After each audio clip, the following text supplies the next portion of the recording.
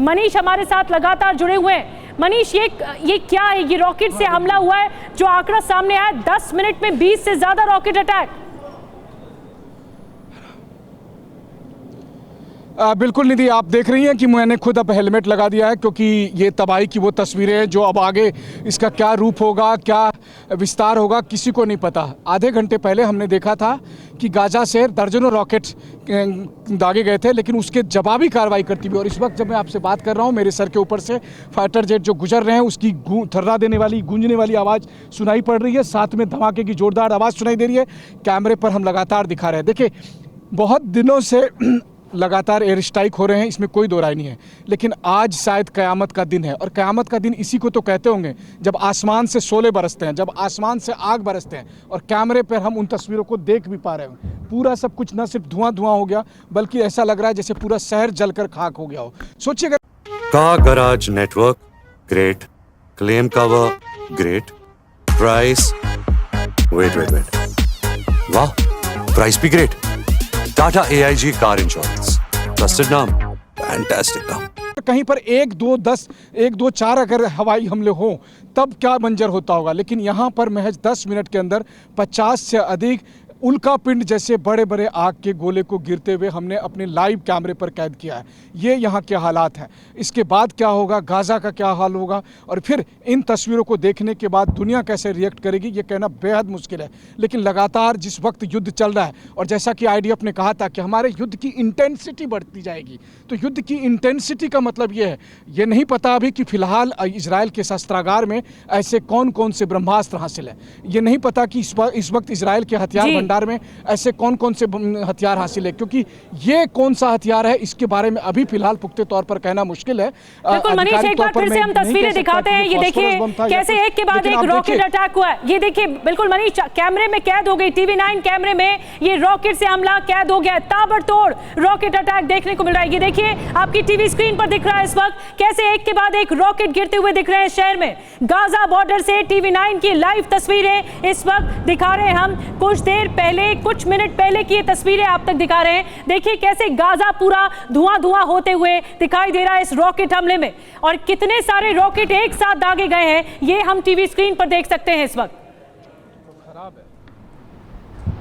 आप समझ सकते होंगे कि जितने लोग वहां पर बचे हुए होंगे क्या इस वक्त मंजर होगा। एक के बाद एक कई रॉकेट अटैक, सायरन बज रहे हैं, एयर रेड सायरन बज रहे हैं ये बताने के लिए कि रॉकेट अटैक हो रहे हैं। ये लाइव तस्वीरें जो हम आपको दिखा रहे हैं इस वक्त बीच में आप जो देख रहे हैं वो लाइव तस्वीरें हैं कि किस तरह ये इलाका पूरा धुआं धुआं हो चुका है। ये मंजर, ये भयावहता आप समझ सकते होंगे कि इस वक्त क्या वहां पर लोगों की ज़हनियत पे होगा। एक साथ इतने रॉकेट अटैक का वो गवाह बन रहे हैं वो तमाम लोग जो इस वक्त गाजा में बचे हुए होंगे। गाजा बॉर्डर से जो तस्वीरें आई हैं ये बहुत ही डरा देने वाली और भयानक तस्वीरें हैं। इन रॉकेट के जरिए कई बम बरसाए गए हैं और जो जो जगह बच गई है वहां पर ताबड़तोड़ अटैक किया गया है, रॉकेट से हमला किया गया है। पूरा गाजा इस वक्त देख रहे हैं आप कैसे धुआं धुआं होता हुआ दिख रहा है। और हमारे साथ हमारे डिफेंस एडिटर सुमित चौधरी भी जुड़ गए हैं, उनके साथ बातचीत करते हैं कि देखिए किस तरह से ये बम गिर रहे हैं। ये देखिए सुमित, ये देखिए ये किस तरह से एक एक करके बम गिर रहे हैं 10 मिनट में इतने अटैक। और ये वो शॉर्ट रॉकेट है जिनका इस्तेमाल इजराइल की सेना अक्सर अपने स्मॉल टेक्टिकल ऑपरेशंस के लिए करती है।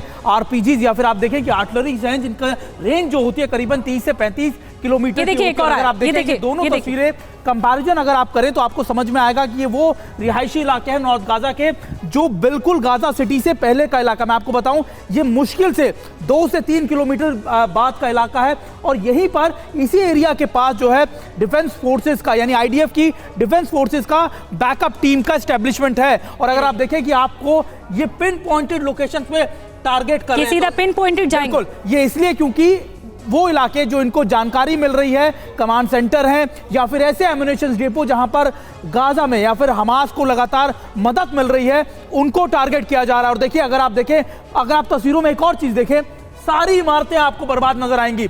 सिर्फ कुछ चुनिंदा इमारतें हैं जो पीछे की तरफ जो आपको दिख रही है। कितना ये जैसे पिन पॉइंटेड हमला कितना नुकसान होता होगा, कितने रेडियस में जाता होगा? देखिए इसका जो रेडियस होता है वो करीबन 500 मीटर से 1 किलोमीटर के आसपास का एरिया होता है अगर ये आर्टिलरी फायर है। और इंपॉर्टेंट है क्योंकि मैं आपको इसके शेल से बता सकता हूं कि ये रॉकेट से दागे हुए अटैक्स हैं, RPGs का इस्तेमाल किया जा रहा है। और एक और इंपॉर्टेंट बात ये कि जब आप ऐसे एरियाज के अंदर जाते हैं तब आप स्मॉल आप कॉम्बैट जब आप करते हैं तो आप ऐसे ही स्मॉल वेपन्स का इस्तेमाल करते हैं जिनकी रेंज जो होती है वो 3 से 4 किलोमीटर की होती है, यानी ये निश्चित तौर पर बैकअप टीम्स की तरफ से फायर किए गए। तो अगर यहाँ पे लोग होंगे सुमित तो क्या बचने का मौका मिला होगा, क्या अपनी जान को बचा पाएंगे? ये ऐसे क्योंकि देखिए हमास के पास एयर डिफेंस सिस्टम बिल्कुल भी नहीं है, उनके पास सिर्फ और सिर्फ अटैकिंग चीजें हैं, और ऐसे में अगर एयर डिफेंस सिस्टम आपके पास नहीं है तो निश्चित तौर पर आपको बड़े नुकसानों का सामना करना पड़ता है। और यही अगर आप दोनों तस्वीरें देखें, क्योंकि लगातार आप देखिए कि सारा इलाका इनिशियली जो आप नीचे दिखा रहे हैं हम लोगों को, ये सारे इलाके जो हैं ये बर्बाद हो चुके हैं और अभी पीछे की जो इमारतें हैं उनको टारगेट करने की कोशिश की जा रही है। दरअसल ऐसे में आप जब टीमें आगे पहुंच जाती हैं, यानी जो डिफेंस फोर्सेस की जो टीमें आगे पहुंच जाती हैं वो आगे के रास्ते क्लीन करती हैं ताकि फिर पीछे से जो बुलडोजर है, जिनको हम लगातार बताते हैं कि आर्मर्ड बुलडोजर है या फिर आर्मर्ड व्हीकल्स हैं, वो आगे मूव करें और उन्हीं के लिए एक बार मैं चाहूंगी सुमित एक बार और अच्छे से एलोबरेट करते हैं, क्योंकि देखिए तस्वीरें जो दर्शक देख रहे हैं हम भी वैसे ही देख रहे हैं कि आसमान में इतनी रोशनी दिखाई दे रही है। ये देखिए एक और वहां दो एक साथ, ऐसा लग रहा है जैसे बारिश हो रही है, आग की बारिश जैसे कहते हैं। ये रोशनी कम, ये आर्टी शेल की फायर है, और आप मान के चलिए कि जब आरपीजीज और आर्टी शेल फायर करते हैं तो ऐसी ही चीजें दिखती हैं, ये उनके फ्लेयर्स होते हैं। और ये मोटे तौर पर आप जब देखते हैं ऐसी लोकेशंस को तो आप ये समझिए कि आप ये समझते हैं कि युद्ध का मंजर कैसा रहता होगा। आपको सिर्फ नजर आता है वो किस लोकेशन पे गिरेगा, कहां पर गिरेगा, ये आपको समझ में नहीं आता। एक बार फिर तस्वीर अगर आप देखें तो मैं आपको बार बार बता रहा हूं, ये फर्स्ट फेज की जो स्ट्राइक्स थी उनके पीछे के इलाके हैं, यानी आप जो एक्सटेंडेड हम बात कर रहे थे कि डिफेंस फोर्सेस की तरफ से, आईडीएफ की तरफ से लगातार इन लोकेशंस को टारगेट किया जा रहा है। उन्होंने अपने डिफेंस फोर्सेस के या फिर अपने जो इलाके हैं मोर्चाबंदी के वो एक्सटेंड कर दिए हैं और उन्हीं का मंजर हम लगातार देख पा रहे हैं। बिल्कुल, और ज्यादा डिटेल मनीष से ही लेते हैं क्योंकि वो इस वक्त ग्राउंड जीरो पर मौजूद हैं।